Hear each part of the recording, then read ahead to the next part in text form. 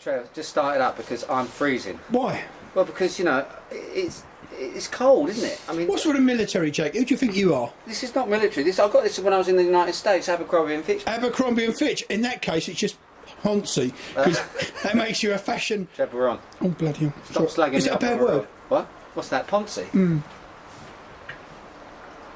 That's a bad word. Anyway, listen, this is a smash and grab episode, Trev. Start the clock. Start the stopwatch. It's a smash and grab episode. Hello, everyone, and welcome to this Easter edition.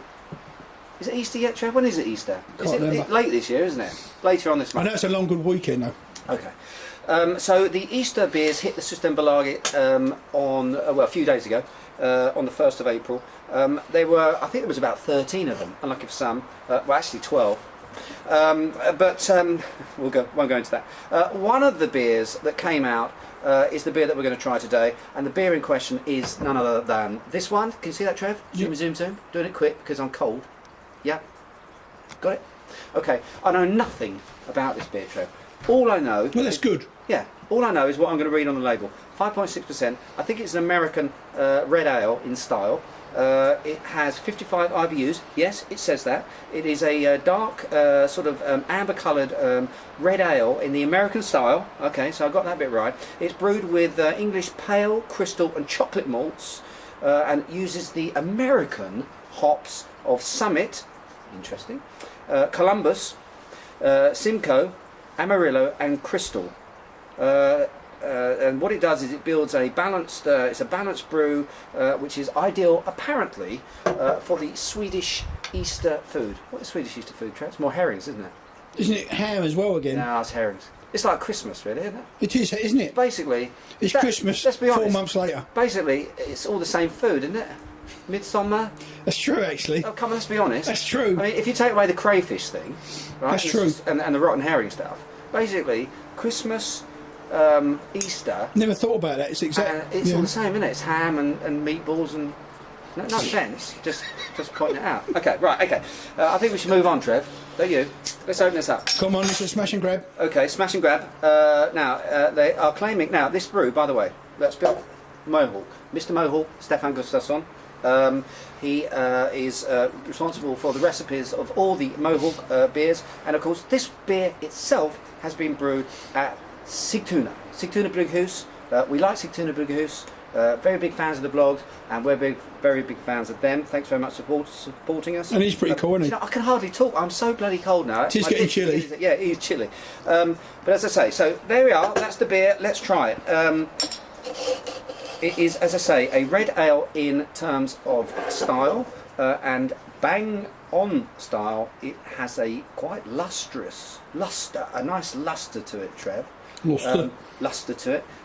Sort of that sort of almost like Ayers Rock red, I would call that. Lovely Outback red. Not Golden Gate Bridge red. What, Trev? Now you come to say that. No, it's not. Do you remember what I told you before you went there? It's not golden though. It's Trev. rust, isn't it? Yeah, it's rust. It's rust. It's kind of like it's red. It's like brick dust red. Brick dust red.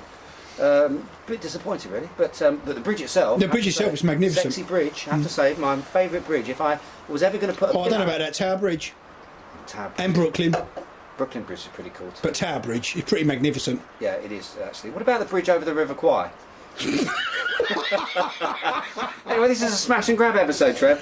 Whistle, I can't whistle. I've actually walked over the bridge over the River Kwai. Really? I've actually been there, and and actually whistled as I've walked over that bridge. Cool. But that's nothing to do with this episode. But anyway, lovely looking sort of colour to the beer. It's true. Are we really going to post this? Yes, we are. Carry on. Anyway, you smell the beer, and we're getting. What are we getting? There's a malty sort of biscuity sort of note to it. A little bit of knäckebröd. That's right, Trev? Yes, that's good. Yeah.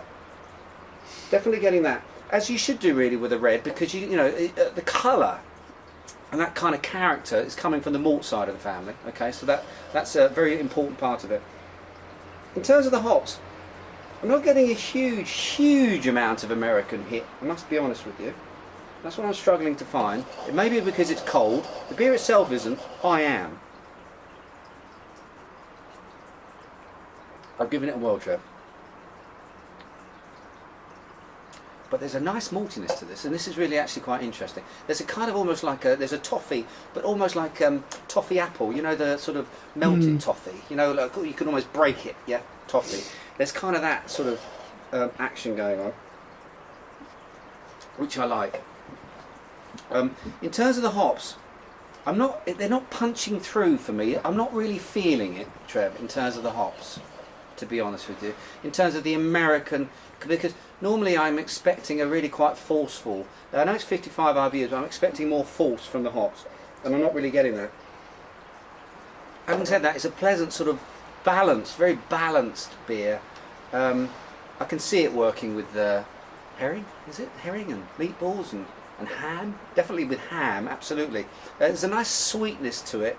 I think it's okay. I'm not sort of falling off my chair in excitement, Trev. I might fall off my chair with hypothermia, but I'm not falling off my chair with excitement this one. I don't think it's the most interesting Mohawk to date. But having said that, I think it's a pretty reasonable stab at the style. I'm going to go, in terms of rating, did I clip my fingers, by the way? I don't think I did I? No, you didn't clip your finger. I don't think it'll even work, but listen, I'll try anyway. That's all the stats for the Systembolaget for you. I think in terms of rating, I'm going to go something like, I'm going to go 2.8. 2.8. Which is okay. I feel a bit weird because he's a mate, isn't he? No, but I know. The thing is, Trev. No wrong with being honest. I'm just saying. 2.5 is average. 2.5 is average. See, we've got a scale of 5. That's true. Right? That's so true. 2.5 is average. Below 2.5, I say you start worrying. But above 2.5 is true. decent beer. Decent beer. So 2.9 is 2.8 is it's a reasonable beer, and I think that's really where it sits in my estimation right now, as a reasonable, good solid beer. Yeah. Fair enough. Okay. Smash and grab. I'm not sure yet. Yeah. I thought we went on a bit. Until now, it was a bridge over the river Quiet, isn't it? You started talking about bridges. Until next time, everyone. Cheers and beers.